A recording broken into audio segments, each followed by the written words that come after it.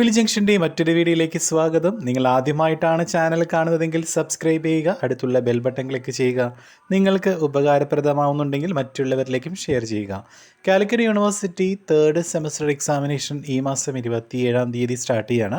അപ്പോൾ നമ്മൾ BComകാർക്ക് വേണ്ട എക്സാം ടിപ്സ് നമ്മളോട് ഒരു വീഡിയോ ചെയ്തിരുന്നു. ഇനി BBAക്കാർക്ക് വേണ്ട, അതായത് തേർഡ് സെമസ്റ്റർ 27 മുതൽ എക്സാം എഴുതാൻ പോകുന്ന BBA സ്റ്റുഡൻസിനുള്ള എക്സാം ടിപ്സാണ് നമ്മൾ ഈ ഒരു വീഡിയോ കൊണ്ട് ഉദ്ദേശിക്കുന്നത്. നമുക്ക് ആദ്യം കോർപ്പറേറ്റ് അക്കൗണ്ടിങ്ങിൽ സ്റ്റാർട്ട് ചെയ്യാം. കോർപ്പറേറ്റ് അക്കൗണ്ടിങ്ങിൽ ടോട്ടലി നമുക്കൊരു 7 ചാപ്റ്റേഴ്സാണ് പഠിക്കാനായിട്ടുള്ളത്. അതിലെ ഫസ്റ്റ് 2 ചാപ്റ്റേഴ്സ് എന്ന് പറയുന്നത് അക്കൗണ്ടിങ് സ്റ്റാൻഡേർഡ് റിലേറ്റഡ് ആയിട്ട് വരുന്നതാണ്. അതിലെ ഫസ്റ്റ് ചാപ്റ്ററിൽ നിങ്ങൾ തിയറി മാത്രം എക്സ്പെക്റ്റ് ചെയ്താൽ മതി. ആ ഒരു ചാപ്റ്ററിൽ നിങ്ങൾ അക്കൗണ്ടിങ് സ്റ്റാൻഡേർഡ് എന്താണ്, അതിൻ്റെ ഒബ്ജക്റ്റീവ്സ്, ASB എന്താണെന്നുള്ള ക്വസ്റ്റ്യനൊക്കെ ഒന്ന് എല്ലാവരും പഠിച്ചു വയ്ക്കുക. കാരണം ആ ഒരു ചാപ്റ്ററിൽ നിന്ന് അതൊക്കെയാണ് എപ്പോഴും ചോദിച്ച് കണ്ടിട്ടുള്ളത്. അപ്പോൾ അതുകൊണ്ട് എന്താണ് അക്കൗണ്ടിങ് സ്റ്റാൻഡേർഡ്, അതിൻ്റെ ഒബ്ജക്റ്റീവ്സ്, അല്ലെങ്കിൽ അതുമായി ബന്ധപ്പെട്ട് എന്ത് ക്വസ്റ്റ്യൻ വന്നാലും നിങ്ങൾക്ക് എഴുതാൻ പറ്റുന്ന രീതിയിൽ ആ ഒരു ചാപ്റ്ററിൽ നിന്ന് പഠിച്ചു വയ്ക്കുക. അതുപോലെ തന്നെ IFRSനെ കുറിച്ചും പഠിച്ചു വയ്ക്കുക. അതായത് ഇൻ്റർനാഷണൽ ഫിനാൻഷ്യൽ റിപ്പോർട്ടിംഗ് സ്റ്റാൻഡേർഡ്സ് ആണ്. അപ്പോൾ അതിനെക്കുറിച്ച് ബ്രീഫായിട്ടൊരു മീനിങ്ങോ അല്ലെങ്കിൽ അതിൻ്റെ ഒബ്ജക്റ്റീവ്സൊക്കെ ജസ്റ്റ് ഒന്ന് പഠിച്ചു വയ്ക്കുക. കാരണം ഷുവറായിട്ടും ആ ക്വസ്റ്റ്യൻ വരാൻ ചാൻസ് ഉണ്ട്. ആ ഒരു ചാപ്റ്ററിൽ നിന്ന് എന്തായാലും IFRS റിലേറ്റഡോ അല്ലെങ്കിൽ ASB റിലേറ്റഡ് ആയിട്ടുള്ള ക്വസ്റ്റ്യൻസ് എന്തായാലും വരും. അല്ലെങ്കിൽ അക്കൗണ്ടിങ് സ്റ്റാൻഡേർഡ്സിൻ്റെ ഒബ്ജക്റ്റീവ്സ് പഠിച്ചു വയ്ക്കുക. അതൊക്കെ നിങ്ങൾ ജസ്റ്റ് ഒന്ന് നോട്ട്ബുക്കിൽ ജസ്റ്റ് 3-4 പോയിൻ്റൊക്കെ നോട്ട് ചെയ്തിട്ട് പഠിക്കാൻ ശ്രമിക്കുക. അപ്പോൾ ആ ചാപ്റ്ററിൽ നമുക്ക് എന്തൊരു ക്വസ്റ്റ്യൻ വന്നാലും നമുക്കത് എഴുതി വയ്ക്കാനായിട്ട് സാധിക്കണം. രണ്ടാമത്തേന്ന് പറഞ്ഞാൽ അക്കൗണ്ടിങ് സ്റ്റാൻഡേർഡ് റിലേറ്റഡ് ആയിട്ട് വരുന്ന കുറച്ച് അക്കൗണ്ടിങ് സ്റ്റാൻഡേർഡ്സുകളാണ്. അപ്പോൾ അതിൽ ചെറിയ ചെറിയ പ്രോബ്ലംസ് ആയിട്ടുണ്ട്. പ്രോബ്ലംസ് നിങ്ങൾക്ക് പഠിക്കാനായിട്ട് പറ്റുന്നില്ല എങ്കിൽ പോലും നിങ്ങൾ തിയറീസ്, എല്ലാ അക്കൗണ്ടിങ് സ്റ്റാൻഡേർഡ്സിൻ്റെ ബ്രീഫായിട്ടുള്ള തിയറീസെങ്കിലും സെക്കൻഡ് ചാപ്റ്ററിൽ പഠിച്ചു വയ്ക്കുക. പിന്നെ റിഡംഷൻ ഓഫ് പ്രിഫറൻസ് ഷെയർസ് ആണ്. റിഡംഷൻ ഓഫ് പ്രിഫറൻസ് ഷെയർസിൻ്റെ ഒരു വീഡിയോ ഓൾറെഡി നമ്മൾ ഈ ഒരു ചാനലിൽ അപ്ലോഡ് ചെയ്തിട്ടുണ്ട്. പ്ലേലിസ്റ്റിൽ പോയി കഴിഞ്ഞാൽ നിങ്ങൾക്ക് കിട്ടാവുന്നതാണ്. അതുകൂടാണ്ട് നമുക്കറിയാം BComകാരുടെ സെയിം തന്നെ വരുന്ന ചാപ്റ്റർ തന്നെയാണ് റിഡംഷൻ ഓഫ് പ്രിഫറൻസ് ഷെയർസ്. അത് ഫുൾ കംപ്ലീറ്റ് ആയിട്ട് നമ്മൾ BComൻ്റെ കോർപ്പറേറ്റ് അക്കൗണ്ടിങ്ങിൽ ഇട്ടിട്ടുണ്ട്. അപ്പോൾ നമ്മുടെ പ്ലേലിസ്റ്റിൽ പോയി കഴിഞ്ഞാൽ BCom കോർപ്പറേറ്റ് അക്കൗണ്ടിങ് നോക്കുകയാണെങ്കിൽ പ്രിഫറൻസ് ഷെയർസിൻ്റെ റിഡംഷൻ കിട്ടും. അപ്പോൾ അതിനകത്ത് മെയിനായിട്ട് എന്താണ് redemption of preference share theory പഠിക്കുക. അതുപോലെ തന്നെ അതിൻ്റെ കണ്ടീഷൻസ്, അതിൻ്റെ പ്രൊവിഷൻസ് ഒക്കെ ഒന്ന് പഠിച്ച് വയ്ക്കുക.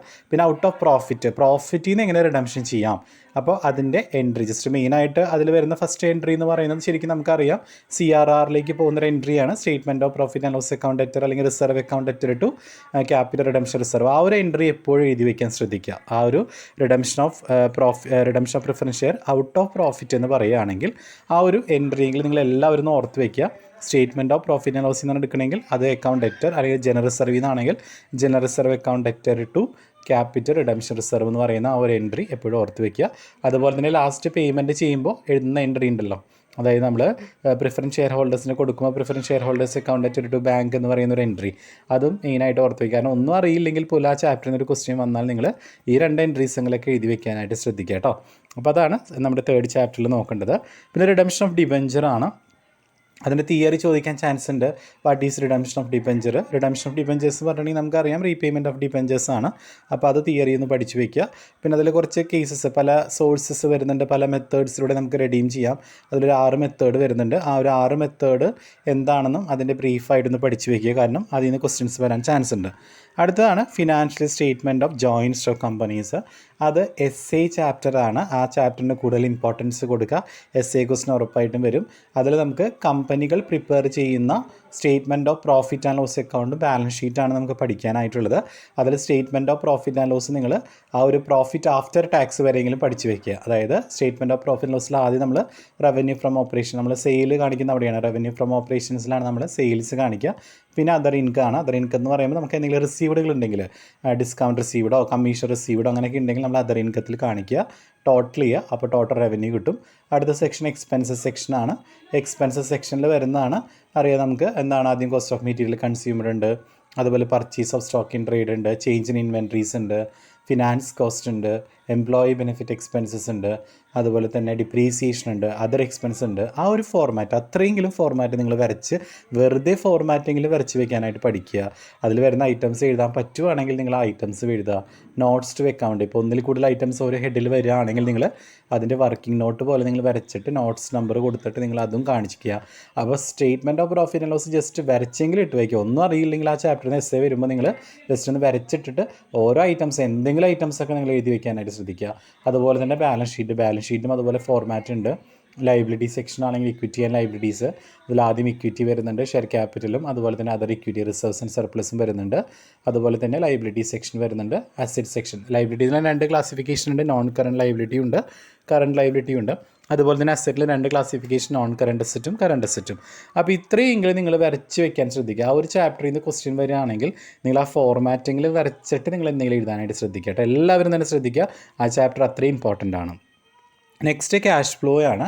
ക്യാഷ് ഫ്ലോ സ്റ്റേറ്റ്മെൻറ്റ് ഇൻഡയറക്റ്റ് മെത്തേഡിലൊരു പ്രോബ്ലം, ചെറിയ കുറച്ച് ക്വസ്റ്റ്യൻസ് നമ്മുടെ ടെക്സ്റ്റ് ബുക്കിലുള്ളൂ സിലബസ് അനുസരിച്ച്. അപ്പോൾ അതുകൊണ്ട് അത് തന്നെ നിങ്ങൾ വീണ്ടും പ്രാക്ടീസ് ചെയ്താൽ മതി. അതിൻ്റെ ഫോർമാറ്റ് പഠിക്കുകയാണെങ്കിൽ വളരെ സിമ്പിളായിട്ട് അതിൻ്റെ വീഡിയോ ഞാൻ ഓൾറെഡി അപ്ലോഡ് ചെയ്തിട്ടുണ്ട്. നമ്മുടെ പ്ലേലിസ്റ്റിൽ പോയി കഴിഞ്ഞാൽ BBAയുടെ കോർപ്പറേറ്റ് അക്കൗണ്ടിങ് എടുക്കുക, അതിനകത്ത് ക്യാഷ് ഫ്ലോ സ്റ്റേറ്റ്മെൻറ്റ് ഞാൻ അപ്ലോഡ് ചെയ്തിട്ടുണ്ട്. അതുപോലെ ലാസ്റ്റ് ചാപ്റ്റർ ആയിട്ടുള്ള അക്കൗണ്ടിങ് റേഷ്യോസും, അതിൽ നിന്ന് നമുക്ക് essay പ്രതീക്ഷിക്കാവുന്നതാണ്. അക്കൗണ്ടിങ് റേഷ്യോസിൻ്റെയും നമ്മുടെ ചാപ്റ്റർ ഓൾറെഡി ഫുള്ളായിട്ട് നമ്മൾ അപ്ലോഡ് ചെയ്തിട്ടുണ്ട്. നമ്മുടെ പ്ലേലിസ്റ്റിൽ പോയി കഴിഞ്ഞാൽ BBAയുടെ കോർപ്പറേറ്റ് അക്കൗണ്ടിങ് എടുക്കുക, അക്കൗണ്ടിങ് റേഷ്യോസ് അതിനകത്തുണ്ട്. അതിലെ എല്ലാ റേഷ്യോസും പഠിച്ച് വയ്ക്കുക. അതും essay ചോദിക്കാനായിട്ടുള്ള ചാൻസ് ഉള്ള ചാപ്റ്ററാണ്. അപ്പോൾ ഇത്രയാണ് കോർപ്പറേറ്റ് അക്കൗണ്ടിങ് നിങ്ങൾ മെയിനായിട്ട് നോക്കേണ്ടത്. അടുത്ത BBAക്ക് വരുന്ന മറ്റൊരു പ്രോബ്ലം പേപ്പറാണ് ബേസിക് ന്യൂമറിക്കൽ മെത്തേഡ്സ്. അത് BCOMനും BBAക്കും കോമൺ ആയിട്ടുള്ളൊരു പേപ്പറാണ്.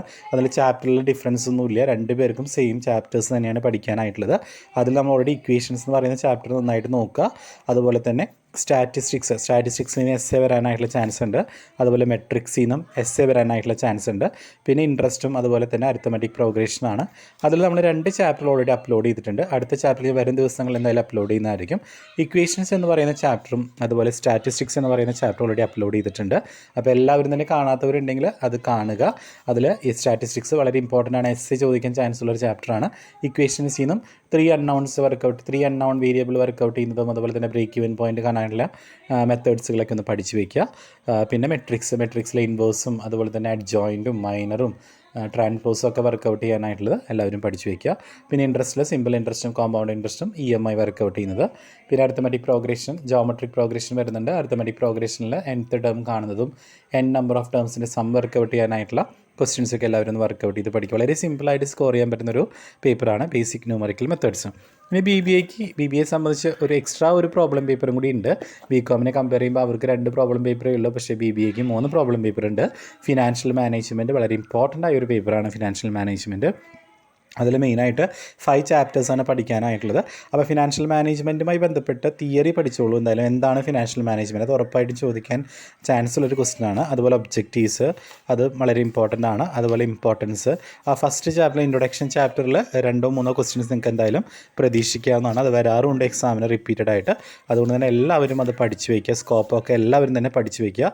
അതുപോലെ ഒബ്ജക്റ്റീവ്സും പഠിച്ച് വയ്ക്കുക. അതാണ് നമ്മുടെ ഫസ്റ്റ് ചാപ്റ്ററിൽ നിന്ന് ചോദിക്കാനായിട്ടുള്ള ചാൻസ്. പിന്നെ ഫിനാൻസ് മാനേജറുടെ റോളും ഫംഗ്ഷൻ ഒക്കെ ഒന്ന് ജസ്റ്റ് ഒന്ന് ഓർത്ത് വയ്ക്കുക.